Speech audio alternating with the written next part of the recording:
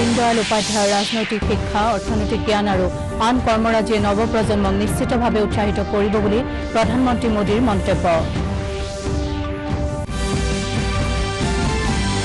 ৰাজ্যৰ পৰ্যটন খণ্ডক পুনৰুজ্জীৱিত কৰিবলৈ মুখ্যমন্ত্ৰী সৰ্বানন্দ সোণোৱালৰ পৰ্যটন সঞ্জীৱনী নামৰ আঁচনি ঘোষণা।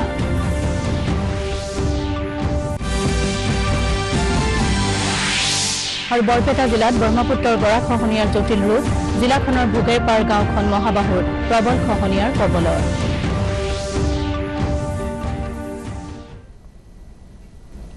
নমস্কাৰ, পুৱাৰ বাতৰিৰ সৈতে ষ্টুডিঅত মই ৰশ্মিৰেখা শৰ্মা। এতিয়া বিতং বাতৰি।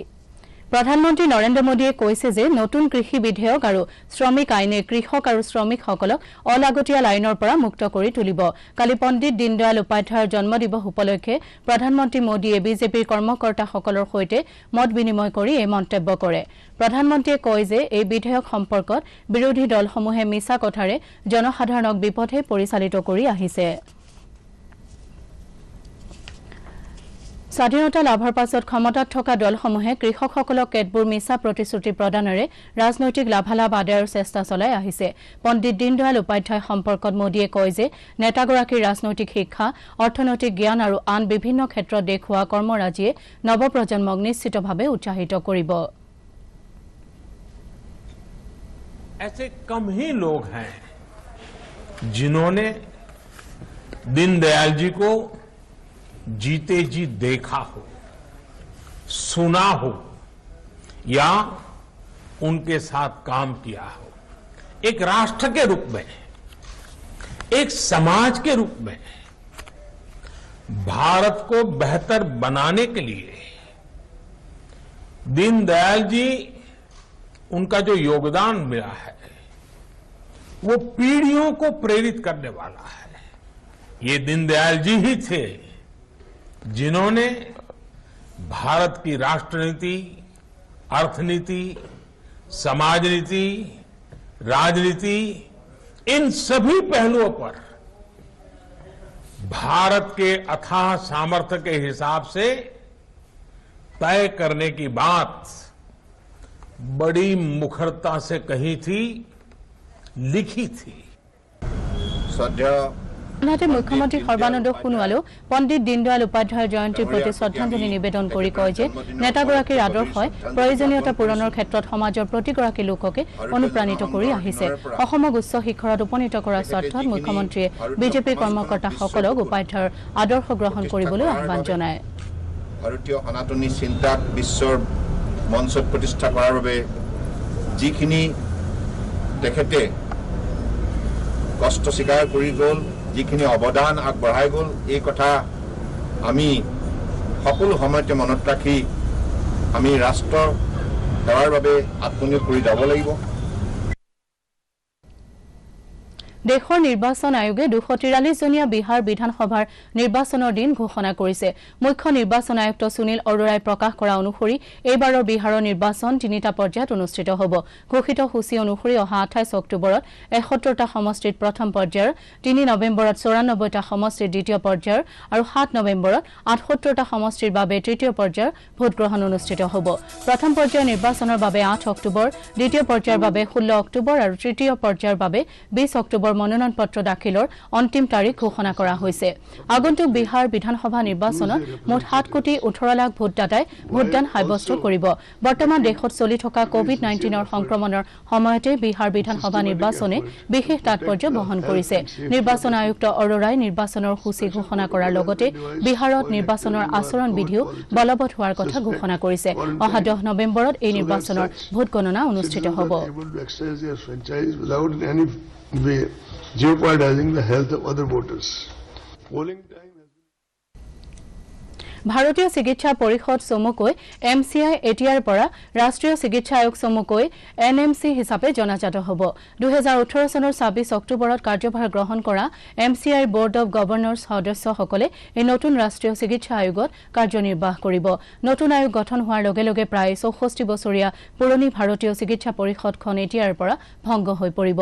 নতুন দিল্লীৰ সৰ্বভাৰতীয় আয়ুৰ্বিজ্ঞান প্ৰতিষ্ঠানৰ নাক, কাণ আৰু ডিঙি বিভাগৰ প্ৰাক্তন মুৰব্বী ডাক্তৰ সুৰেশ চন্দ্ৰ শৰ্মা হ'ব এই নতুন ৰাষ্ট্ৰীয় চিকিৎসা আয়োগৰ অধ্যক্ষ ডাঃ শৰ্মাই 3 বছৰৰ বাবে এই আয়োগত অধ্যক্ষ হিচাপে কাৰ্যনিৰ্বাহ কৰিব ৰাজ্যৰ পৰ্যটন খণ্ডৰ পুনৰুজ্জীৱিতকৰণৰ বাবে মুখ্যমন্ত্ৰী সৰ্বানন্দ সোণোৱালে কালি অসম প্ৰশাসনীয় পদাধিকাৰী মহাবিদ্যালয়ত আয়োজিত টুৰিজিম কনক্লেভ 2020ত পৰ্যটন সঞ্জীৱনী নামৰ এখন আঁচনিৰ কথা ঘোষণা কৰে এই আঁচনিৰ জৰিয়তে পৰ্যটন খণ্ডৰ সৈতে জড়িত থকা অংশীদাৰীসকলক বিভিন্ন বেংকৰ জৰিয়তে 1 লাখৰ পৰা 20 লাখ টকা ঋণ প্ৰদান কৰা হ'ব এই ঋণৰ বাবদ এবছৰ মৰেটৰিয়াম থাকিব প্ৰথম বছৰৰ বাবে ঋণৰ সুদ চৰকাৰে প্ৰদান কৰিব 5 বছৰৰ বাবে এই ঋণ প্ৰদান কৰা হ'ব আনহাতে পৰ্যটন সাৰথী নামৰ আন এটা কাৰ্যসূচীও শুভাৰম্ভ কৰা হ'ব ইণ্টাৰনেটৰ মাধ্যমেৰে পৰ্যটন বিভাগৰ সৈতে যোগাযোগ কৰিব পৰা ইলেক্ট্ৰনিক গেজেটৰ দ্বাৰা ইয়াৰ অংশীদাৰীসকলক উপকৃত কৰিব পৰাকৈ এই কাৰ্যসূচী প্ৰস্তুত কৰা হৈছে অনুষ্ঠানত ভাষণ প্ৰদান কৰি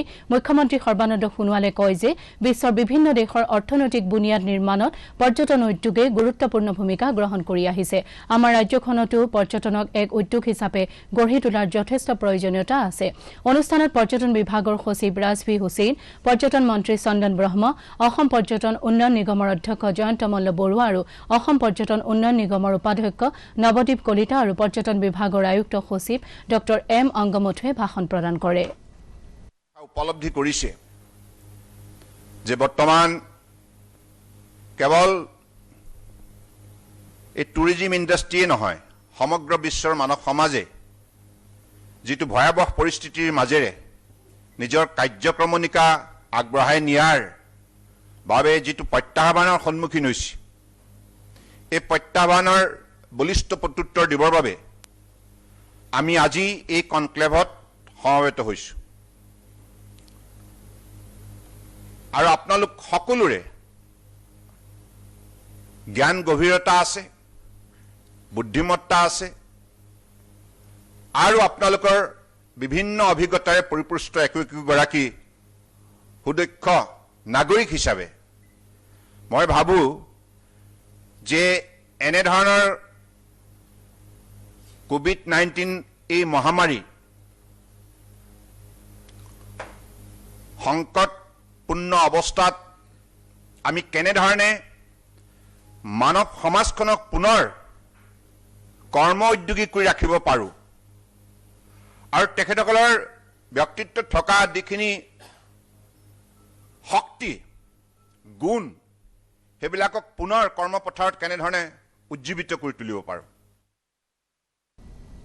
ৰাজ্যৰ চাহ উদ্যোগে বাণিজ্যিক বেংকৰ পৰা গ্ৰহণ কৰা কাৰ্যকৰী মূলধনৰ 3% সুদ এতিয়াৰ পৰা ৰাজ্য চৰকাৰে বহন কৰিব কালি দিছপুৰত আয়োজিত এখন সংবাদমেলত বিত্তমন্ত্ৰী ডক্টৰ হিমন্ত বিশ্ব শৰ্মাই এই কথা সদৰি কৰে ডক্টৰ শৰ্মাই লগতে কয় যে অসমত উৎপাদিত অৰ্থডক্স চাহ উৎপাদনত ব্যয় হোৱা প্ৰতি কিলোগ্ৰাম চাহত চৰকাৰে 7 টকাকৈ ৰাজসাহায্য প্ৰদান কৰিব একেদৰে চাহ বাগানৰ বাবে নতুন যন্ত্ৰ ক্ৰয়ৰ ক্ষেত্ৰতো চৰকাৰে 25% ৰাজসাহায্য আগবঢ়াব বুলি তেওঁ কয় অহা 3 বছৰৰ বাবে চাহ বাগানসমূহৰ কৃষি আয়কৰ ৰেহাই দিয়াৰ কথাও তেওঁ ঘোষণা কৰে বড়ো চুক্তি সন্দৰ্ভত মন্তব্য কৰি মন্ত্ৰীগৰাকীয়ে কয় যে বৰ্তমানৰ বিটিএডি এতিয়াৰ পৰা বিটিআৰ হিচাপে জনাজাত হ'ব সাম্প্ৰতিক কোভিড পৰিস্থিতিৰ প্ৰতি লক্ষ্য ৰাখি অহা 30 নৱেম্বৰ পৰ্যন্ত বিটিআৰত নিৰ্বাচন অনুষ্ঠিত কৰাৰ পৰিৱেশ নাই বুলি তেওঁ লগতে কয় বিটিআৰ নিৰ্বাচন সম্পৰ্কত মুখ্যমন্ত্ৰী সৰ্বানন্দ সোণোৱালে 2 দিনতে এখন সৰ্বদলীয় বৈঠক আহ্বান কৰিব বুলিও তেওঁ প্ৰকাশ কৰে আনহাতে ডক্টৰ শৰ্মাই প্ৰকাশ কৰা অনুসৰি অহা 28, 29 আৰু 30 ছেপ্টেম্বৰত ৰাজ্যখনত 1 লাখ কোভিড নমুনা পৰীক্ষা কৰাৰ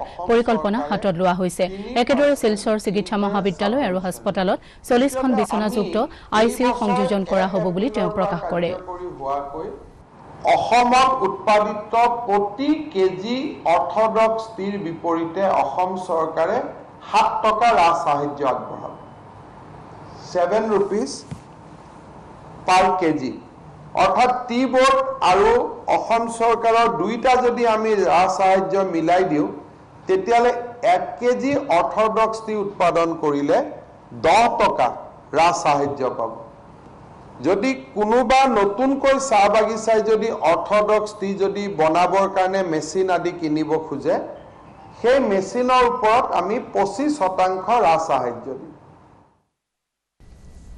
ৰাজ্যত কোভিড-19ত আক্ৰান্ত হৈ মৃত্যু হোৱা লোকৰ সংখ্যাই 600ৰ সীমা অতিক্ৰম কৰিছে। স্বাস্থ্যমন্ত্ৰী ডক্টৰ হিমন্ত বিশ্ব শৰ্মাই টুইটযোগে প্ৰকাশ কৰা অনুসৰি ৰাজ্যখনৰ মৃত্যুৰ সংখ্যা 625লৈ বৃদ্ধি পাইছে। আনহাতে কালিৰ দিনটোত 1571 গৰাকী ৰোগী আৰোগ্য হোৱাত তেওঁলোকক ঘৰলৈ যাবলৈ দিয়া হয়। কালিৰ দিনটোত 28245টা নমুনা পৰীক্ষা কৰাৰ অন্তত 1792 গৰাকী লোক নতুনকৈ এই ৰোগত আক্ৰান্ত হোৱা বুলি নিশ্চিত কৰা হয়।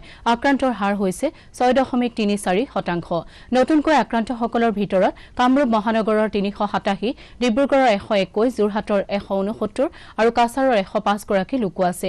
ইয়াকে লৈ ৰাজ্যখনত এতিয়ালৈ মুঠ আক্ৰান্তৰ সংখ্যা 1,67,374লৈ বৃদ্ধি পাইছে।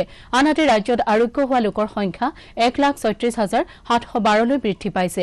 অৱশ্যে 30,034 গৰাকী লোক এতিয়াও চিকিৎসাধীন হৈ আছে। ৰাজ্যৰ বিভিন্ন জিলাত কোভিড সংক্ৰমণৰ ধাৰা অব্যাহত আছে। আমাৰ লখিমপুৰৰ সংবাদদাতাই জনোৱা অনুসৰি নতুনকৈ 97 গৰাকী লোকৰ দেহত কোভিড চিনাক্ত হোৱা জিলাখনত কোভিড আক্ৰান্তৰ সংখ্যা 4,924লৈ বৃদ্ধি পাইছে। কোকৰাঝাৰ জিলাতো 53 গৰাকী লোকৰ দেহত কোভিডৰ উপস্থিতি ধৰা পৰে আৰু ইয়াকে লৈ জিলাখনত কোভিড ৰোগীৰ সংখ্যা হৈছেগৈ 3,348 গৰাকী। কামৰূপ জিলাতো 55 গৰাকী লোক নতুনকৈ কোভিডত আক্ৰান্ত হৈছে। জিলাখনত এতিয়ালৈকে কোভিডত আক্ৰান্তৰ সংখ্যা 7,364লৈ বৃদ্ধি পাইছে। আনহাতে কাৰ্বি আংলং জিলাত এই পৰ্যন্ত কোভিড আক্ৰান্তৰ সংখ্যা 1,281 হৈছেগৈ। বাক্সা জিলাতো 10 জন লোকৰ দেহত নতুনকৈ কোভিড-19 ধৰা পৰাৰ পাছত জিলাখনত মুঠ আক্ৰান্তৰ সংখ্যা 2,367লৈ বৃদ্ধি পাইছে। দেশত কোভিডত আক্ৰান্ত হোৱা ৰোগীৰ সংখ্যা বৃদ্ধিৰ সমান্তৰালকৈ আৰোগ্য লাভ কৰা ৰোগীৰ সংখ্যাও বৃদ্ধি পাইছে। এতিয়ালৈকে দেশত কোভিড আক্ৰান্ত লোকৰ সংখ্যা 59,01,571লৈ বৃদ্ধি পাইছে। আনহাতে আক্ৰান্তসকলৰ ভিতৰত 48,46,168 গৰাকী ৰোগী সুস্থ হৈ উঠিছে। এই পৰ্যন্ত দেশত 93,410 গৰাকী লোকৰ কোভিডত মৃত্যু হৈছে। সমগ্ৰ বিশ্বত কৰোনাৰ ত্ৰাস এতিয়াও অব্যাহত আছে।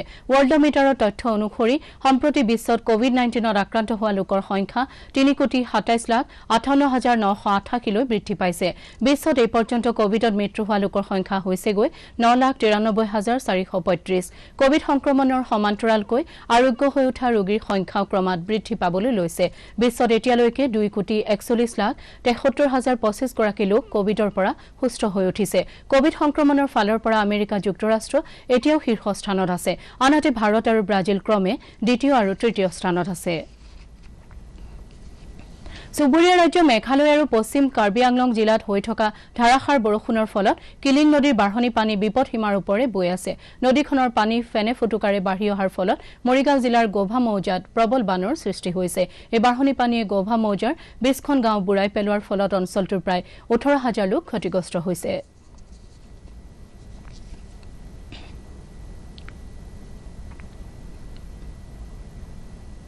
বৰপেটা জিলাৰ ভোগেৰপাৰ গাঁওখন এতিয়া ব্ৰহ্মপুত্ৰৰ গৰাখহনীয়াত নিশ্চিহ্ন হোৱাৰ উপক্ৰম হৈছে। জিলাখনৰ দক্ষিণ পূব অঞ্চলত অৱস্থিত এই গাঁওখন মহাবাহুৰ প্ৰবল খহনীয়াৰ কবলত পৰাৰ ফলত অঞ্চলটোৰ ৰাইজৰ মাজত ভাবুকিৰ সৃষ্টি হৈছে। এই ক্ষেত্ৰত বিভাগীয় কৰ্তৃপক্ষই কোনো ধৰণৰ পদক্ষেপ গ্ৰহণ কৰা নাই বুলি স্থানীয় ৰাইজে অভিযোগ উত্থাপন কৰিছে। উল্লেখযোগ্য যে ব্ৰহ্মপুত্ৰ নদীৰ খহনীয়াত বৰপেটা জিলাৰ বৃহত্তৰ তাৰাবাৰী অঞ্চলৰ কেইবাখনো গাঁও ইতিমধ্যে নদীৰ বুকুত জাহ গৈছে।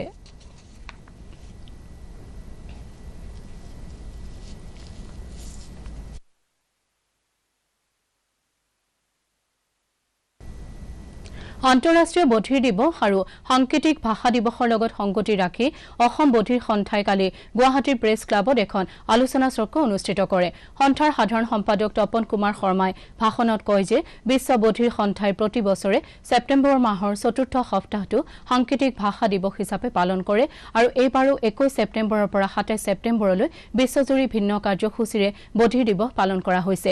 আনহাতে বধিৰসকলৰ বাবে চৰকাৰে প্ৰৱৰ্তন কৰা বিভিন্ন আইনৰ সুবিধাৰ লগতে শিক্ষা ক্ৰীড়া আদিৰ পৰা তেওঁলোক বঞ্চিত হৈছে বুলি তেওঁ অভিযোগ কৰে। তদুপৰি গুৱাহাটীত সাংকেতিক ভাষাৰ প্ৰশিক্ষণ কেন্দ্ৰ এটা স্থাপনৰ বাবেও তেওঁ আহ্বান জনায়। অনুষ্ঠানত ভালে সংখ্যক বধিৰ শিক্ষাৰ্থী তথা ব্যক্তিও অংশগ্ৰহণ কৰে।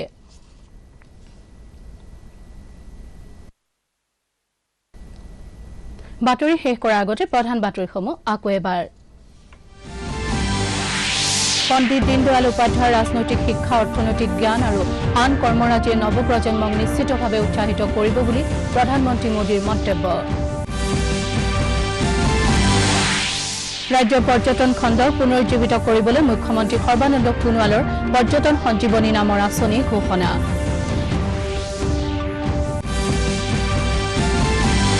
আৰু বৰপেটা জিলাত ব্ৰহ্মপুত্ৰৰ গৰাখহনীয়াৰ জটিল ৰূপ, জিলাখনৰ ভোগেৰপাৰ গাঁওখন মহাবাহুৰ প্ৰবল খহনীয়াৰ কবলত।